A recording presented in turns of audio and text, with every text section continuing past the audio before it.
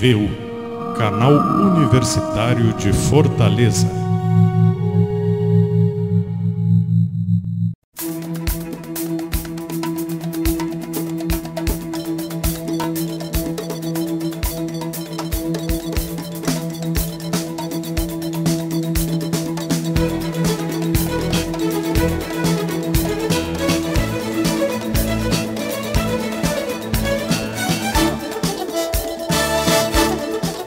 Estamos começando mais um Sociedade de Direito, programa gravado no estúdio do Dr. Manelito Eduardo Campos, da Faculdade Grande de Fortaleza, para a FGF TV. Participe do programa enviando sugestões ou mandando suas dúvidas através da fanpage no Facebook, facebook.com/faculdadefgf, e através do Twitter, @faculdadefgf. O programa de hoje tem como tema Inventário Extrajudicial. E para falar sobre esse tema, convidamos ao programa um escrevente do cartório Pergentino Maia há 15 anos, no qual desde janeiro de 2007 é responsável pelo setor de inventário judicial, o senhor Washington Soares, e ainda o senhor Tiago Fernandes Araújo, escrevente e corretor de imóveis do cartório Pergentino Maia. Senhores, sejam bem-vindos à Sociedade de Direito. Hoje a gente traz um tema que foi bastante pedido pelos nossos internautas. Vocês verem, a gente deixa espaço para pedidos, que era o inventário extrajudicial. Aí, eu queria começar o programa, senhor Washington, o senhor explicando o que seria o inventário, porque a gente também é um programa que passa para a sociedade, tudo. Queria que você explicasse em si o que seria um inventário. Com certeza. Em primeiro lugar, agradecer, obrigado pela oportunidade. Dizer que a palavra inventário está ligada diretamente ao seu complemento, partilha. Inventário e partilha. No inventário em si, é bom que os herdeiros, advogados que estejam envolvidos nesse procedimento, nesse processo, eles saibam que existe a obrigatoriedade de fazer o levantamento de todos os bens, dívidas e obrigações. Porque nós estamos falando aí, no caso, de herança, que juridicamente é conhecida como espólio, e é sinônimo de patrimônio. E patrimônio, ele envolve bens, direitos e obrigações. Um exemplo de obrigação é quando, por exemplo, o autor da herança, que é falando do falecido, que está sendo inventariado, ele, antes de falecer, tinha um documento pronto, lavrado para ele assinar. Então, ele deixou uma obrigação a ser cumprida, que no caso, quem vai cumprir são os herdeiros. Então, dentro do inventário, essa obrigação pode ser cumprida pelos herdeiros. Comparece as partes, a outra parte, que ia fechar aquele contrato com o falecido. Então, entra, no caso, os herdeiros dentro desse processo de inventário e cumprem essa obrigação. Importante saber também, na sequência, já que eu falei que é inventário, que é inventariar, fazer o levantamento de tudo, que é uma obrigatoriedade dos herdeiros, e isso também vai incidir penalidades, né, como o herdeiro que sonegar, quer dizer, omitir um bem, vai cair exatamente no que a lei chama de sonegados, os bens sonegados. Penalidade, ele vai ter que passar por isso, por essa penalidade, e não ter direito sobre aquele bem. Isso é uma coisa muito séria.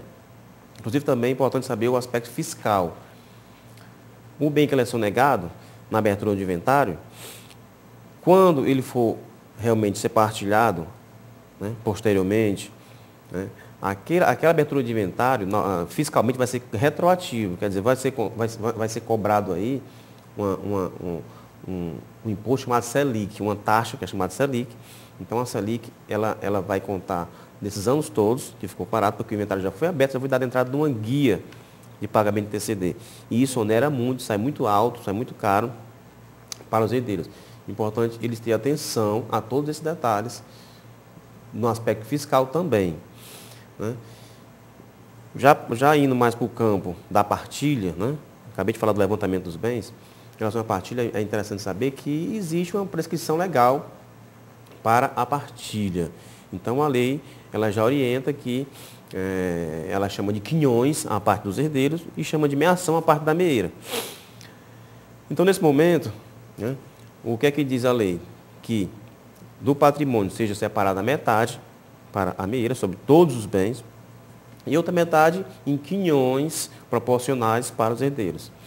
E é importante saber que isso é uma prescrição da lei, né? Quer dizer, é a partilha legal, se os herdeiros quisessem realmente fazer essa partilha legal. Mas eles também podem fazer a partilha convencional.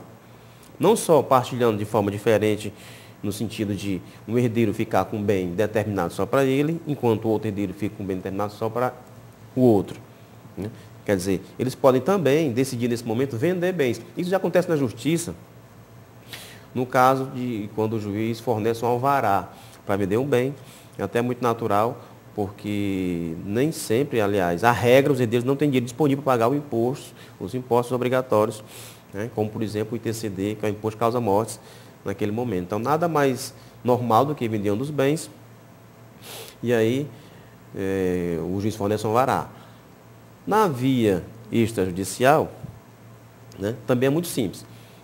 Os herdeiros costumam fazer um contrato de promessa de compra e venda, onde nesse momento, o comprador, ele dá a entrada, que é o dinheiro necessário para os herdeiros custear os impostos, e no final do inventário, feito na via extrajudicial, né, ele paga o restante do pagamento, faz o restante do pagamento do preço, e nesse momento, né, é encerrado o inventário, e assim, basicamente, essa definição de inventário, né, ele tá vinculado à palavra partilha também, inventário e partilha. Ou seja, o inventário é um procedimento no qual, vamos falar procedimento, vou tentar usar palavras mais para facilitar quem está nos assistindo. Ao qual o de cujos, que seria aquela pessoa que venha a falecer, deixa bens para os seus herdeiros, sejam eles herdeiros obrigatórios, aqueles que fazem parte da família, ou seja, testamentários, aqueles que a pessoa, da parte que lhe cabe, lembrando que a gente vai ter aula falar sobre mais essa parte de herança e tudo, mas só pode ter parte dos seus bens em testamento, você não pode dispor de tudo. Então, o inventário seria o procedimento para se passar isso. O senhor deixou bem claro que existe um imposto, também vamos marcar um programa de tributário, falar um pouco sobre os impostos, não se preocupe, quem está nos assistindo, que a pessoa tem que pagar e de forma judicial, ela consegue um alvará para esse pagamento. E na forma extrajudicial, eu queria só que o senhor frisasse como é que é feita essa parte. A gente vai fazer um comparativo, já queria entrar nessa parte também no comparativo, diferença do extrajudicial para judicial. Lembrando que você pode entrar por meio da justiça para adquirir seu inventário, ou você pode procurar um cartório para fazer essa parte. É importantíssimo saber que, nesse momento, né, já que você falou na palavra um pouco sobre a diferença, um pouco sobre a rapidez, é importante saber que, nesse momento, o que vai fazer a diferença é o contato direto dos herdeiros e do advogado com o escrevente do cartório. Que ele está naquela posição, fazendo a comparação, do juiz na via judicial.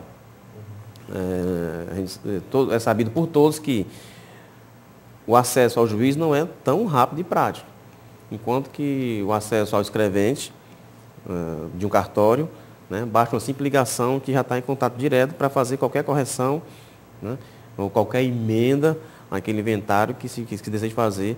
Então, aí exatamente está esse contato direto, onde está a rapidez, né, no sentido de sair muito mais rápido, né, esse inventário, encerramento. E você já sai com todo dividido, com pessoas todo o seu nome normalzinho. Com certeza, porque aí, no caso, na via judicial, tem aquela questão da comunicação, né, que ocorre, né, pela secretaria entre o juiz e a Cefaz, entre o juiz, né, e o cartório de imóveis, né, e todo tipo de comunicação sempre tem esse protocolo, enquanto tudo é direto quando se passa pela via extrajudicial. Sr. Washington, essa questão ainda extrajudicial, o senhor indica que a pessoa vá com o advogado também, mesmo sendo extrajudicial? Porque as pessoas ainda têm aquela raciocínio de, eu sei que automaticamente, quando você fala de judiciário, a pessoa já pensa em advogado. Mas no extrajudiciário, o senhor indica que a pessoa vá com o advogado também? Importante até saber que é necessário, é obrigatório a presença do advogado, que pode ser também, né, um defensor público, né, aquelas causas em que a pessoa realmente não quer custear o advogado por não ter condições financeiras. Então, tem essa opção. No caso, a lei exigiu assistência jurídica de um advogado. Realmente não tem como fugir, e eu achei muito acertada essa decisão da lei, porque o que aparentemente é simples, né, só chegar no cartório e fazer essa partilha, no desdobramento, no andamento daquele processo, daquele procedimento, aparecem obstáculos, né, jurídicos, que só o advogado ali, né, vai realmente conseguir fazer, né, esse esclarecimento junto ao cartório. Além da segurança jurídica, toda explicação, que acaba que às vezes a pessoa tem a explicação do próprio cartório, mas as pessoas ainda ficam com certa dúvida. O advogado, como está do lado dela, vai tirar toda e qualquer dúvida, até facilitando o trabalho de quem está no cartório, não é verdade? Com certeza, perfeitamente.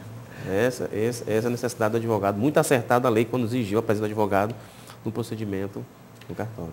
Seu Tiago, o senhor como escrevente, corretor do cartório, o senhor presencia também lá no seu dia a dia, é comum hoje a feita de inventários extrajudicial? É comum, por mais que seja uma lei que foi criada há 5 anos, né, em 2007, aumentou muito a demanda, né, no caso em relação, a gente teve que aumentar o quadro de funcionários, né, em relação a treinamentos e tudo para estar atendendo essa demanda. Então, assim, por mais que eu seja escrevente e nas situações que eu deparo durante o dia a dia, como profissional, como corretor de imóveis, então tem muita gente que acha que é uma coisa totalmente burocrática, né? Tipo, vender um imóvel de herança. Então, assim, é claro que o Jorge está falando aqui, para quem não sabe, hoje o inventário, tanto está na justiça ou está no cartório, né? Você pode também otimizar isso. Se está na justiça, está demorando bastante, está demorando muito, tem essa possibilidade também da gente estar pede a desistência a via judiciária, no judicial e passa para o cartório. Um fato bastante curioso e leva aí para você, ou seja, se você não está conhecendo talvez o programa agora, você tem essa opção, você já deu entrada, está demorando, então você pode consultar seu advogado, porque no momento que você está no judiciário, você está com o advogado, tanto o defensor como o próprio advogado, e você pode conversar com ele, posso entrar no extrajudicial, vai ser mais fácil, para mim como é que vai ser? Aí ele vai estar lhe orientando direitinho, você tem essa opção de, mesmo já ter entrado na via judiciária, optar pela extrajudicial, não é isso? Isso. É claro que também existe também uma questão de uma exigência que deve ser consensual, né? Tem que ser, todos os herdeiros têm que estar de acordo, né? Naquela partilha. Não pode haver filhos menores, né? Incapazes, né? E é isso. O advogado tem que saber realmente se é consensual ou não, para poder também estar direcionando para o as diferenças, como o Thiago está falando aí, né? Essa diferença quem trouxe foi até a própria lei, né? Todos têm que estar concordes com a partilha, tem que ser maiores e capazes, pode ter o maior de idade e ser incapaz. E mais o requisito, né? Exatamente a presença de testamento. Se tiver testamento a ser cumprido, a via tem que ser obrigatoriamente a judicial. Ok. A gente vai para um pequeno intervalo agora e no segundo bloco a gente vai explicar para vocês passo a passo. Não se preocupe que no programa de hoje a gente vai tentar sanar todas essas dúvidas possíveis.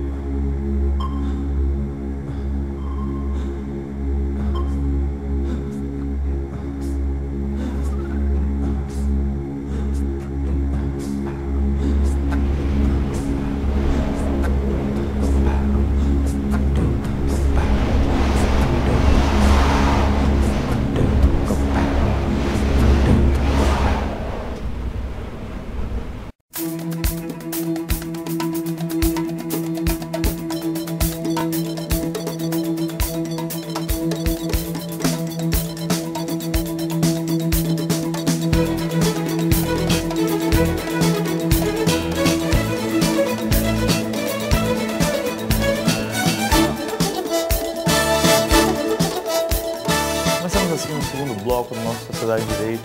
Hoje a gente falando sobre um tema, inventário extrajudicial, que inventário não deixa de ser um dos métodos de transferência de bens mais conhecidos. Até quem não é estudante da área, quem não é profissional da área, já deve ter ouvido de inventário, porque não foge da realidade de ninguém. Seu Austin, a gente comentou no primeiro bloco, quem assistiu o nosso programa no primeiro bloco, já sabe do conceito, já sabe o que é, já sabe que você tem a via judicial e extrajudicial. A gente faz um pequeno comparativo, mostra a rapidez e tudo. Mas eu queria que o senhor falasse passo a passo. Vamos tentar tirar a dúvida de todos os nossos telespectadores. O que ela tem que fazer hoje? Me interessei. Como é que eu tenho que fazer? O que é que eu tenho que fazer agora? Dentro desse aspecto aí, primeiro momento até já comentamos aqui, que seria buscar um advogado onde ele, né, semelhante à via judicial, ele faz essa petição e dá entrada exatamente semelhante, né, no caso, direcionado ao tabelião, mas nos mesmos termos, né, falando sobre a auto-herança, sobre o óbito, quem está pedindo a abertura do inventário, nomeando inventariante, né, importante também isso aí, inventariante, com os mesmos poderes, né, de administrar o espólio, né, nomeando inventariante, relacionando os herdeiros, os bens e dando um destino para esses bens, no caso, a partilha. Então, passo a passo. Primeiro, depois que for a família decidir quem vai ser o advogado, faz a reunião com o advogado. O advogado, ele toma todas as anotações, passa tudo para a petição e dá entrada no cartório. A partir daí, o cartório vai exatamente orientar o advogado que ele vai obter, no próprio site da Cefaz, uma senha onde ele vai cadastrar esses bens dos herdeiros. Né? Importante saber que esse trabalho, preferencialmente, deve ser feito pelo advogado, porque aí onde ele vai acompanhar de perto todo esses detalhes da emissão do DAI para pagamento do imposto. Esse imposto obrigatório, que é o ITCD, imposto de causa-morte. A partir daí sai a média de 3 meses para que saia esse boleto para se pagar o imposto, ITCD. É o momento em que a escritura está praticamente pronta. Chega com o imposto pago, aí já o próximo passo seria marcar para assinar a escritura, que é uma escritura que é emitida, já fazendo mais voltando para a comparação, na via judicial formal de partilha, né? Uma pasta com vários documentos, enquanto que no cartório é mais simples ainda, só uma escritura assinada pelas partes e pelo advogado que também assina essa escritura. Além dele dar entrada, ele assina junto com os herdeiros da escritura. Aí essa parte testamentária, vamos supor aqui que tem algum herdeiro com testamento, tudo, aí o próprio advogado já vai orientar, já vai ver como se faz, e ele mesmo já vai fazer essa divisão, claro que ouvindo todas as partes, ou o cartório direciona? Bem, eu entendi a palavra testamentária que você falou, né? Isso, também. Então, se tiver, vamos supor que tem uma pessoa também que tem um testamento, alguma parte, o bem que não faz parte da família, o próprio advogado já vai Pronto, indicar. nesse momento, como eu já falei anteriormente, né, aí fica impedido de fazer na via extrajudicial. Né? Se tem um testamento, então é um dos requisitos, que é um obstáculo para fazer na via extrajudicial. Então tem que procurar realmente a justiça para que lá seja cumprido esse testamento. Pronto. Então, deixando claro que é uma das exigências que sejam herdeiros normais sem testamento. Que, vamos ser sinceros, o testamento, sou um operador de direito, a gente vê que às vezes está caindo um pouco em desuso. O testamento hoje que existe mais é mais uma orientação de partilha. Porque o testamento é mais aquele negócio antigo, que tem naqueles filmes, tudo, no testamento. Hoje em dia a gente, mesmo para os próprios herdeiros, até porque tem pessoas, na nossa cultura, tem pessoas às vezes tem medo de fazer um testamento já prevendo sua morte. Documentos necessários. Você falou passo a passo, o que é que eu tenho que fazer? Pronto, agora eu já sei mais ou menos o que tem que fazer, tem que procurar o defensor, tem que procurar o advogado. E os documentos? Qual documento eu procuro? Você tocou num ponto importantíssimo, documento. E antes de falar do documento, quero deixar bem claro que, pelo fato do juiz fazer parte de um dos poderes, né, então ele tem o poder de suprir a apresentação de certos documentos ou suprir a apresentação de certas assinaturas de alguma das partes. É importante saber que o tabelião já não tem esse mesmo poder. O tabelião não faz parte de um dos poderes do Estado brasileiro. Então, ele não tem esse poder. Surge aí uma certa burocracia quando o assunto é documento. Então, é muito normal que o advogado acostumado com a via judicial, com essa habilidade do juiz em suprir documentos ou assinaturas, ele vai se deparar com o contrário, com a exigência de todos os documentos, cópias autenticadas, e aí ele vai exatamente explicar, né? Tentar explicar que não tem mais acesso a esses documentos, que faz muitos anos, então aí essa é uma pequena burocracia do cartório. Então, como o tabelião não tem esse poder de suprir, então ele vai exigir que o autenticadas, a princípio, das pessoas, vem aí o autor da herança, né, conhecido como decujus. Né? Então, o autor da herança, dele principalmente a certidão de óbito, né, onde junto com a certidão de óbito, o CPF dele. Né? Identidade não é exigido, por quê? Porque muitas vezes são inventados de pessoas que faleceram há mais de 10 anos, isso é muito normal. Então, os herdeiros não teriam aí condições de guardar por esse tempo todo um documento de identificação pessoal de quando ele usava, quando estava vivo. Mas o CPF é necessário. Né? Certidão de casamento dele, se for casado, é claro, se não, de nascimento, caso solteiro. Então, se ele deixou viúva, aí vem a viúva. Né? Também, nesse momento, chamado de meira. Então, daí ela vem, também documentação pessoal dela, identidade CPF, certidão de casamento, comprovante de residência também. Dos herdeiros também, segue a mesma linha. Né? Identidade CPF, certidão de casamento para os casados, nascimento para os solteiros. E aí, mais uma vez, também comprovante de residência. Né? É necessário. O advogado, ele tem que estar inscrito na OAB. Então, apresentar a sua identidade da OAB e na sua petição, ele vai qualificar os herdeiros, não só com profissão, mas também vai qualificar, né, colocando os devidos números dos documentos, que ele já está acostumado a fazer isso na via judicial. Então, para ele é simples esse trabalho. Né? Então, basicamente, a petição dele vai ser direcionada para o cartório, né, quando seria na via judicial para a justiça. Então, ele direciona para o cartório e aí, basicamente, ele já tem habilidade com esse tipo de trabalho. Ou seja, documentos, chaves autenticadas, o próprio cartório às vezes já faz o próprio chaves autenticadas. Referente aos bens, né, claro, né, se for imóveis, o registro do imóvel atualizado, né, que pode ser a matrícula ou transcrição, então o registro do imóvel atualizado. E lembrando que o cartório não está inventariando só imóveis, que seria o costume do cartório, mas também tem contas bancárias, veículos, ações, participações societárias, quer dizer, bem de toda a natureza e espécie, né? Importante que eles tragam comprovante de titularidade, né? Saldos bancários, né? Ou outros mais que comprovem que ele é titular daquele bem. O senhor entrou num aspecto importante, eu gostaria de frisar isso e perguntar. A via judicial, a gente sabemos que a pessoa contrai direitos e obrigações no momento do inventário. Na via judicial, mesma forma, vamos supor que ela tem todas as qualificações, não é a pessoa com testamento, todo direitinho, ela pode entrar extrajudicial, mas vocês fazem essa parte de obrigações também? É muito normal, por exemplo, que imóveis hipotecados ou veículos alienados. É muito natural que lá nas obrigações, né, vai constar que o autor da herança deixou a obrigação de pagar o financiamento. Quer dizer, as parcelas vão continuar sendo pagas e alguém vai assumir. Quem vai assumir? Então, os herdeiros vão decidir se é a meira ou um dos herdeiros. Então, vai ter lá um item das obrigações e nas declarações finais também, eles podem fazer outras disposições quanto a bens que eles querem que fiquem para sobrepartilha.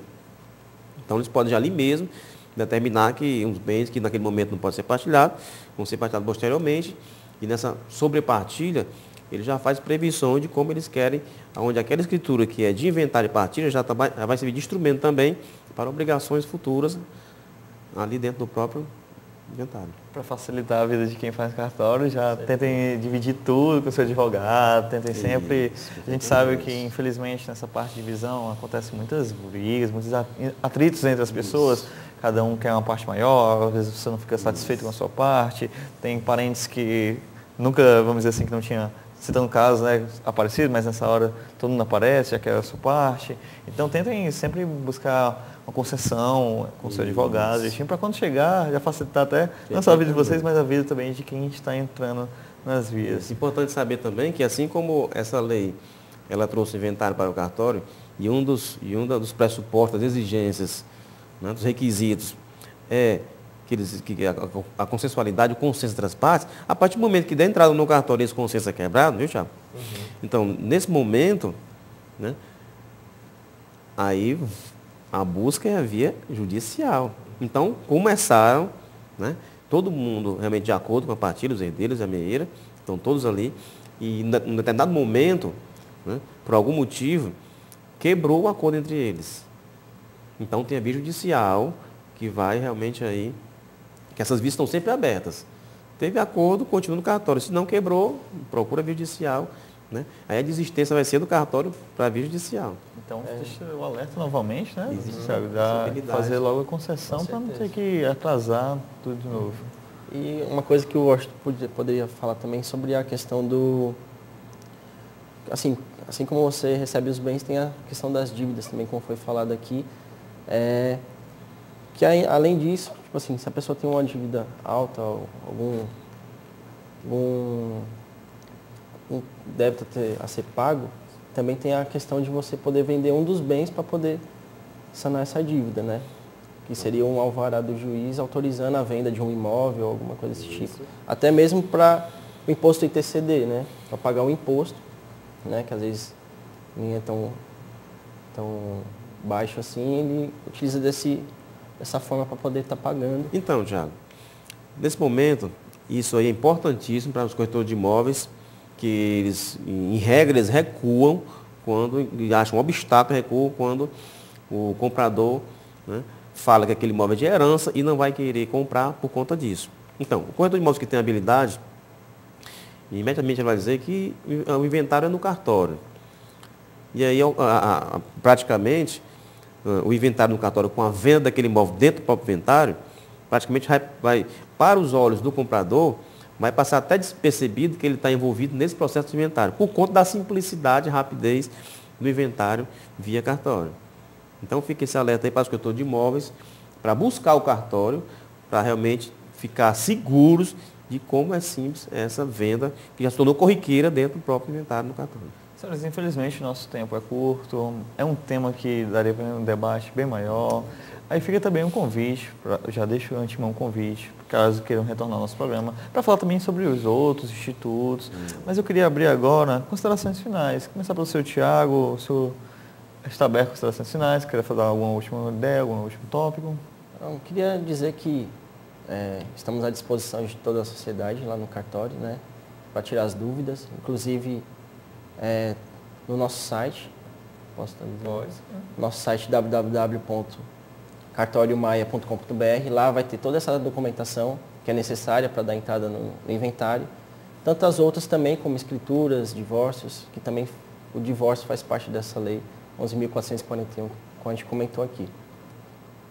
Ok. Senhor Washington, senhor, considerações finais? Eu quero só esclarecer para todos que o cartório Pente do Mar, na sua estrutura, temos aí o Dr. Roberto Fiuza Maia à frente, né? O Dr. Bernardo Maia, o Dr. Rodrigo Maia e a doutora Conceição Maia, que ela já fica à frente, inclusive, cuidando dessa política do cartório, que é promover palestras para corretores de imóveis. E agora, novidade para advogados também sobre exatamente esse tema, inventário, só que vai ser um fechado sobre casos concretos. Casos mais práticos já ocorridos aí nesses 5 anos de experiência que nós temos com o inventário. Então vai ser muito rico aí, né, o que vai ter de novidade agora para outubro, né? Já temos aí para corretor de imóveis e agora para os advogados também. Eu quero agradecer, né, o espaço e dizer que nós estamos à disposição, né, precisar. Fica ali na Padre Antônio Tomás 920, o cartório, e próximo ali do Batista. Obrigado, sim. Assim chegamos ao final de mais Sociedade de Direito. Esse programa é transmitido pela FGF TV e disponível no portal www.youtube.com/FGFIES. Obrigado pela audiência.